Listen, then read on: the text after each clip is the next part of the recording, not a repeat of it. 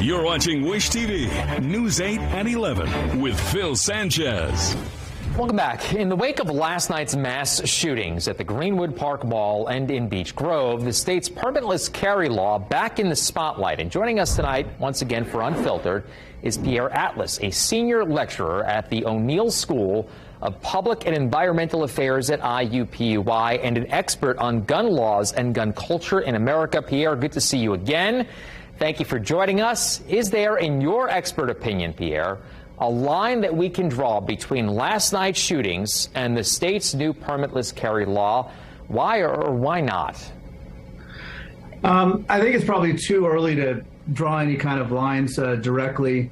What's interesting, where we do see an impact of the permitless carry law, was actually in the behavior of the so-called Good Samaritan, the student, the person, the young guy who was armed in the mall, who, according to the press conference today with the police department chief from Greenwood, I think his name is Elijah Dicken, I believe, is the person identified. He did not have a handgun license, but he didn't need one as of July 1st because of the permitless carry law.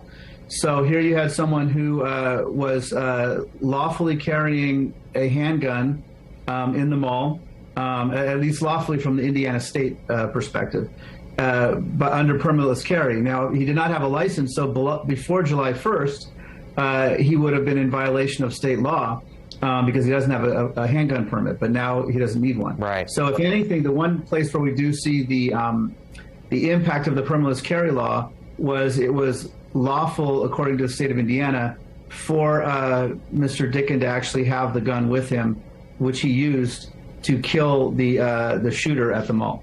So we're also seeing a lot of talk regarding the mall's no gun policy and how the armed citizen that killed the shooter broke the rule, but may have also saved some lives as well. So how are no gun policies affected by the permitless carry law? So my understanding of the law is any private property, business, property owner has the right to say you are not allowed to bring a firearm onto my property. But according to the new law, again, my understanding, and I'm a political scientist by training, not an attorney, but my understanding of the law is that the premises has to clearly post on the doors and in the windows, wherever, clearly post that you are not allowed to bring a firearm onto our premises. So the Simon Malls, in their rules of conduct, says you're not supposed to have a weapon in the mall property.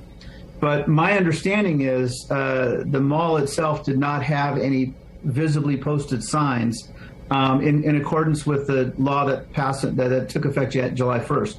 So if that's the case, and again, I'm not an attorney, this is just my understanding of this.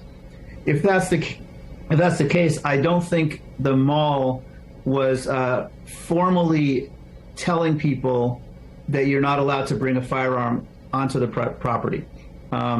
I could be incorrect on that. Maybe, perhaps if the mall actually had those signs posted or not. That is a new part of this law that went into effect. So if that's the case, then it would seem to me that perhaps he was not in violation of the new policy in accordance with the new law that went into effect. I want to point out, I think we're waiting to find that out ourselves, if it was posted on every single door or window, as you mentioned. And I do appreciate you pointing out that you're not an attorney, but you are a political scientist. So I'll ask you a question that's a little more in your wheelhouse here. Do you foresee provisions or amendments coming to the new law? Probably not. I think, frankly, the fact that this mass shooting, which killed 3 people in 2 minutes, and we cannot forget the victims. I mean, there's a lot of focus is being put on this very brave person who confronted the shooter, risked his own life, and stopped the mass killing by killing the shooter. That's a very important thing. Well, obviously, we have to remember that 3 people still died in the process.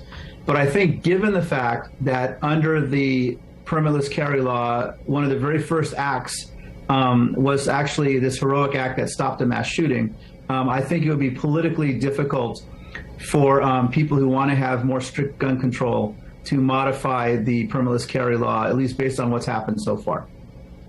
Fair enough. Pierre, always good to see you. Thank you for joining us once again. We'll talk probably in the future, I would imagine. Thank you. Okay, very good. Thank you.